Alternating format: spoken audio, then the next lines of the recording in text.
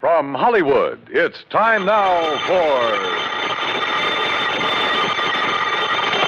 Johnny Dollar. Earl Poorman. Hi, Earl. How are things down in sunny Florida? How soon can you come down here, Johnny? You got troubles? Yes, over a $2,000 insurance claim. Oh, now wait, Earl. How can you justify my fee and expense account on a claim as small as that? Johnny. Yeah? The responsibilities of an insurance company sometimes involve far more than just collecting premiums and paying off on claims. Well, sure. Keeping your clients happy, a little good old public service now and That's then. right. Even a little attention to our national security. Sure. But on such a small policy, I still don't see how you can justify national security. Yes, Johnny.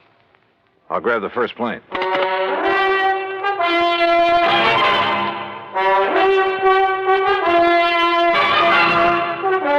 Bob Bailey in the exciting adventures of the man with the action-packed expense account. America's fabulous freelance insurance investigator. Yours truly, Johnny Dollar. And now, Act One of yours truly, Johnny Dollar.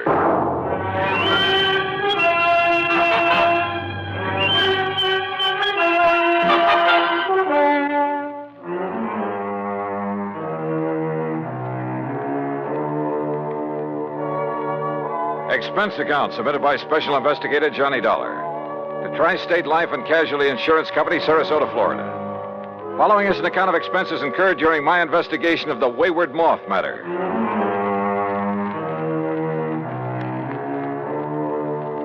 Expense account item 19620, plane fare and incidentals, Hartford, Connecticut to Sarasota, Florida. There I was met at the airport by my old friend and fishing pal, Earl Poorman, and we drove on into town. You, like my new car, Johnny? When aren't you driving a new car? Well, now let's get down to Electric cases. windows, power seat, air conditioning? Yeah, sure. Look, you said something about national security in connection with this insurance claim. Yes, Johnny, I did. Well, explain yourself. Well, that's the trouble. I can't. You mean to say you had me fly all the way down here? Now, wait, Johnny. Or was it just some trick to inveigle me into fishing, huh? Is that it? A crack at some of the great Florida fishing you've been promising me all these years? Well, who knows? Maybe while you're here, we will be able to get in some fishing, too. Two? In addition to what? Sure, Johnny. I just had my boat repainted, the engine overhauled. Earl. We'll go out in the Gulf for kings and Look, bluefish. Earl. And in the bay and the bayou back of the house, I promise you redfish and sea trout until you get tired reeling them. All right. Just tell me why you've had me come all the way down here to investigate a lousy $2,000 claim. I told you, I don't really know. All right, Earl. National security is involved. Yes. Well? Okay, Johnny. I issued a policy covering the chemical plant of Dr. John C. Allworth. What kind of chemicals? Well, you see, I don't know. Huh? I issued the policy at the specific request of Todd Swamp. Who's he? Chamber of Commerce. Knows more about this whole area and its people than anyone else. Well, surely you've seen this chemical lab. No, I haven't. You what? As a matter of fact, its exact location is a complete secret. Oh, now look, Earl, if you've issued a policy, if you're ready to pay off a claim. But if you haven't seen... Look, how do you know a couple of $1,000s worth of damage occurred? I've taken Todd Swamp's word for it. I trust him implicitly. Well, this is the doggone... Earl, how can I possibly investigate something if I can't even... If nobody knows what... I give up. I'm sure that Todd will tell you everything. I'll take you in, introduce you to him, then I'll leave you with him. Leave me? That's the way he says it has to be. Here, take the keys to my car. You'll probably need them. But how will you get back? And if you need anything or if I can be of help, you know where to call me, at the office or at the house out on St. Armand's Key. Come on, let's go in.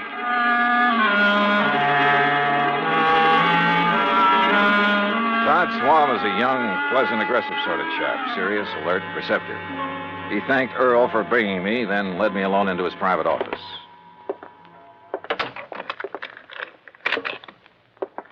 Sit down, Johnny, and I'll get right to the point. Thanks. I know all about you, at least all I need to know. Not only from Earl Poorman, but from a lot of the cases you've handled. Well, then you one up on me. I also know that on occasion you've handled security matters, worked hand in glove with the FBI and so on. So? All right. My job here is not only to promote Sarasota, tell the world what a nice place it is to live, nice people, good homes, ideal climate. Great fishing? Yes, fishing, boating, just about everything. Okay, I'm sold. But what about this Dr. John Allworth? My job is also to be of whatever service I can to the people of the city. All right. Dr. Allworth has lived here for years. Chemist, retired. Until recently, that is. Well, go on. Now, in his small laboratory, carefully hidden in the swamps of the Everglades, for security reasons, Dr. Ulworth is producing an important rocket fuel ingredient. Oh? For use at one of the testing centers here in Florida. Cape Canaveral?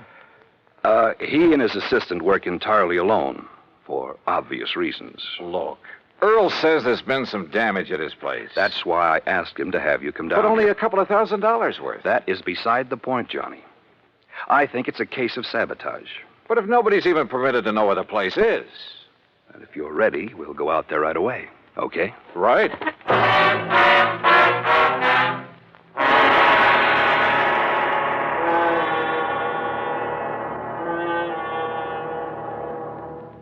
Act Two of yours truly, Johnny Dollar, in a moment. And now, Act Two of yours truly, Johnny Dollar, and the Wayward Moth matter.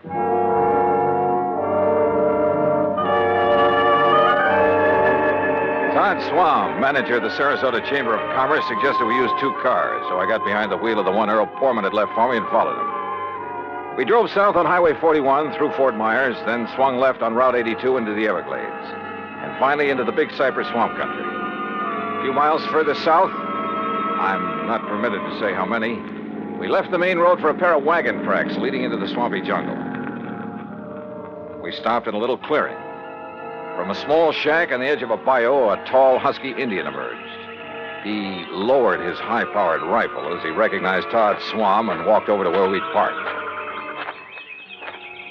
You bring a man, Mr. Todd. Ben Osceola, this is Mr. Johnny Dollar. Hi, Ben. How do you do, Mr. Johnny? Ben, he's to be let through here anytime he wants. Very well, Mr. Todd.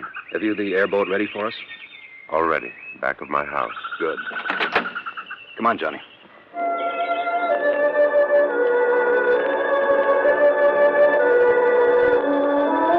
The airboat, parked on the edge of a bayou back of Ben Osceola's shack, was an aluminum hull about 12 foot long, square across the bow instead of pointed. 2 high seats were built up on it. At the back was a powerful motor with a propeller of the airplane type. Todd Swam and I climbed onto the precarious little seats, and we took off. And brother, I mean took off. What a ride. The airboat half planed, half skipped over the shallow water of the bayou. Perched up over the hull itself, I kept waiting for us to flip. After a quarter mile or so, we came on a vast plain of soggy, grassy marshland, splotched here and there with patches of clear water. Now and then, on half-submerged logs, big turtles quickly drew in their heads as we approached. More than once, a huge alligator gave us the beady eye, then quietly sank below the surface of a shallow pool. Plenty of rattlers and cottonmouths around here, too. Thanks a lot. Finally, we pulled up to an acre or so of brush and trees that looked almost like an island in the middle of the swamp. On it sat a long, low building made of concrete block. This is the place, Johnny. Unless you'd like to ride around a bit more. No, thanks.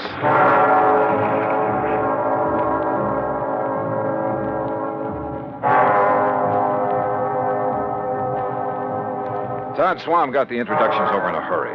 Dr. Allworth, a short, wiry old man with sharp features and a shock of white hair, led us into the laboratory building.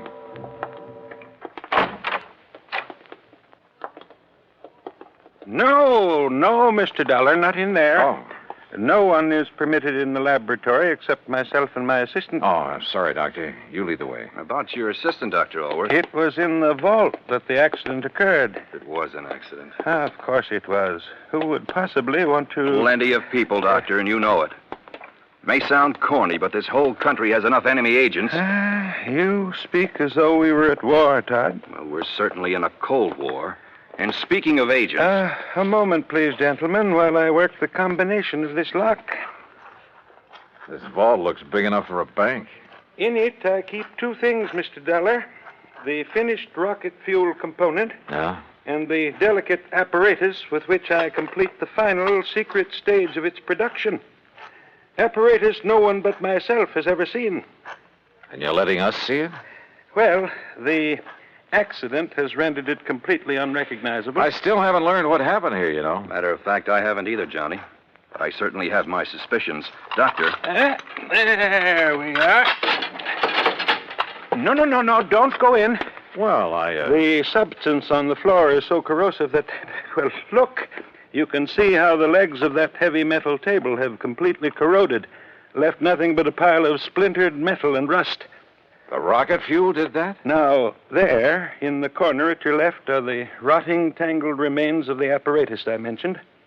The apparatus the insurance money will replace so I can make up for valuable time lost. Doctor, I tell you, it was no accident. What happened, Mr. Dollar, is that the heavy glass flagon containing the finished rocket fuel additive, Glass, Doctor? a very special glass over an inch thick, the flagon containing about 5 liters of it was on that marble slab there in the middle of the floor, ready to be crated and shipped to its destination. I see. I had completed processing it night before last. Early yesterday morning, for some reason I have not been able to determine, the flagon exploded. Well, I'll bet I can find a reason. Where's that assistant of yours? Leon? Yes, Leon Salkoff. Salkoff? Yes, Johnny. A man doing secret work for the rocket missile project hires an assistant with a name like that. No, Todd. Leon Salkoff. I- Doctor, there was a famous, well, I should say infamous character by the name of Salkoff during the last war, a young chemist. Yes, Mr. Dollar. Mixed up in a couple of industrial bomb plots. And if this is the same man... It is the same man. Well, then, good heavens. Exactly what I think. No. You're both wrong. This man was cleared in the war trials. Well, what difference does that make? I say a leopard can't change his spots. But don't you see that not even he knows the combination to this vault? Some other way to get in? Those little windows up there? 8 inches square and 2 inches thick. And you're sure there's nothing in your process that would cause the bottle to explode? Oh, I have checked and rechecked it. Where was Leon Salkoff when it happened, and where is he now? Well, he went to Fort Myers for supplies early this morning. He should be back. My guess is that he kept right on going. Yeah, Todd, I'm inclined to agree with you. Because, Doctor, if what you've told us is true, well, somehow, someone must have got to this stuff. How high are those little windows above the ground outside? Oh, about 5 feet. Then a gun, perhaps, aimed in through a window. But they are all in place and unbroken. Well, any reason why one of them couldn't be removed from the outside, then replaced? Well, I don't know. I'm going to see. I'll be right back.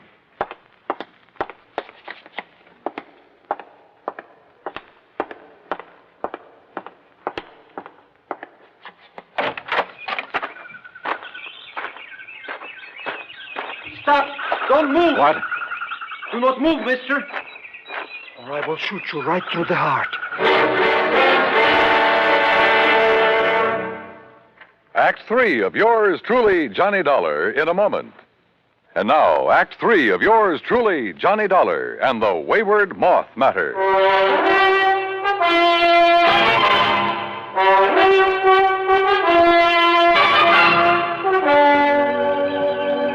Put your hands above your head, mister. Now, wait.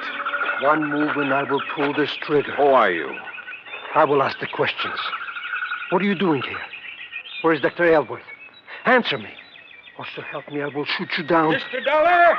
Mr. Dollar, did you find anything? Doctor! Stay there, Doctor. There's a man out here with a gun. What's that? No, don't come out here. Leon, no, that's Mr. Dollar. What? Johnny Dollar, insurance investigator, to arrange the payment of our claim. You're sure, Doctor? Of course I'm sure. Well, I recognized him at the Swan's car at the shack of the Indian. But when I saw the other car, well, I was worried about you. No, it's all right. He's here to help us. Salkoff, so you finally decided to come back. Mr. Swan. What took you so long, Leon?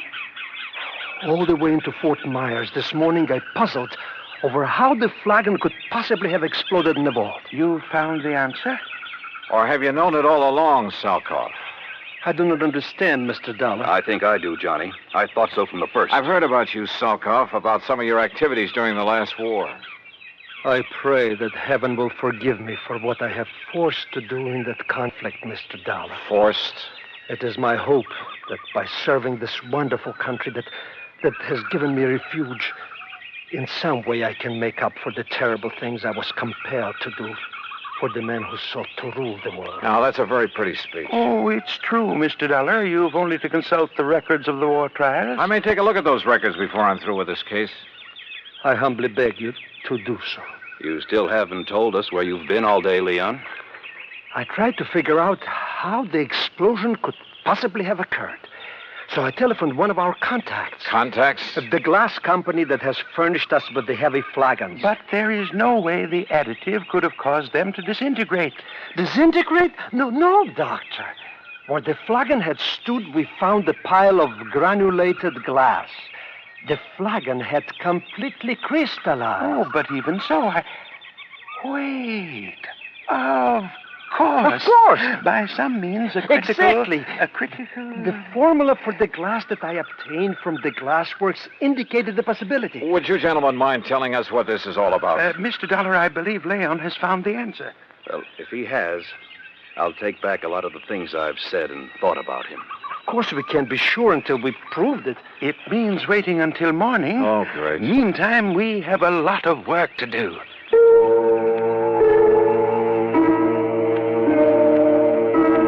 We spent most of the night working like dogs, swabbing out the vault with a powerful neutralizing solution. Then, early in the morning, the four of us gathered in the vault. A flagon like the first one was placed on the marble slab in the middle of the floor. We sat around and waited. A long time.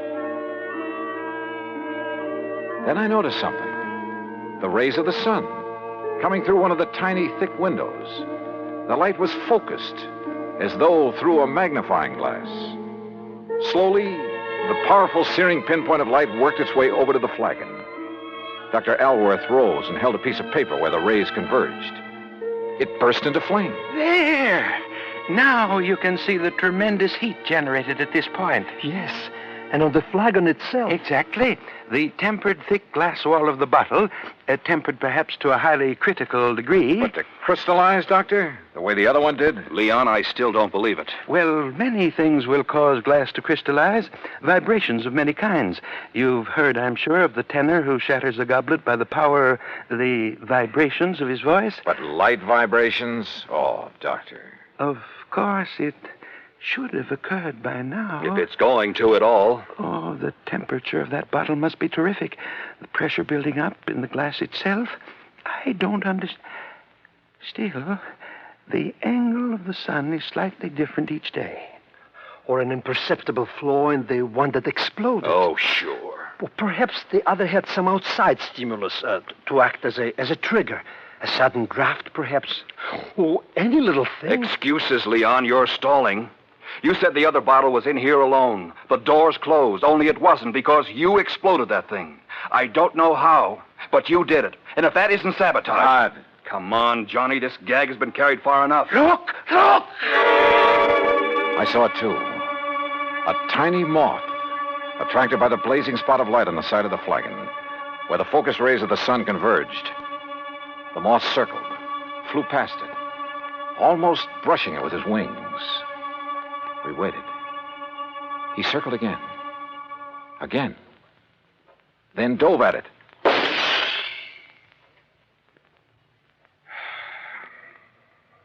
Well, Todd.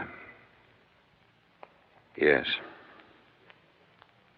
Leon, I apologize.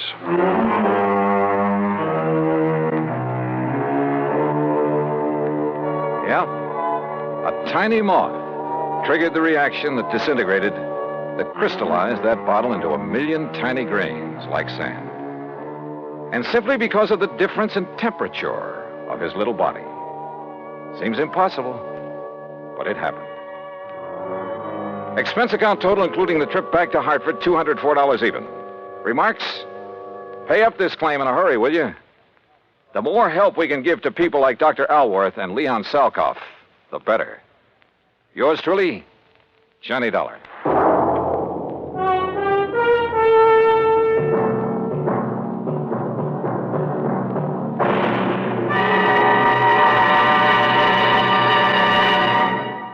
Our star will return in just a moment. Now, here is our star to tell you about next week's story. Next week, well, I thought my job in Florida was all done. Far from it. It had just begun. Join us, won't you? Yours truly, Johnny Dollar.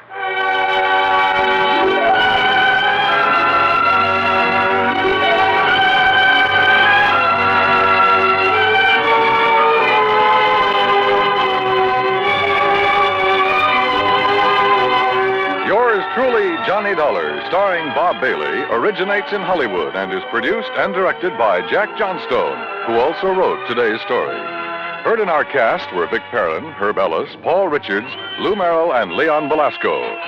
Be sure to join us next week, same time and station, for another exciting story of yours truly, Johnny Dollar.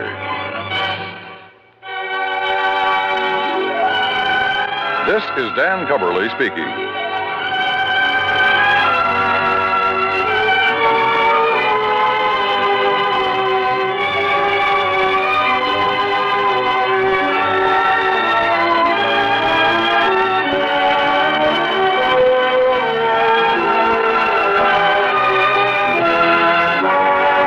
This is the United States Armed Forces Radio and Television Service.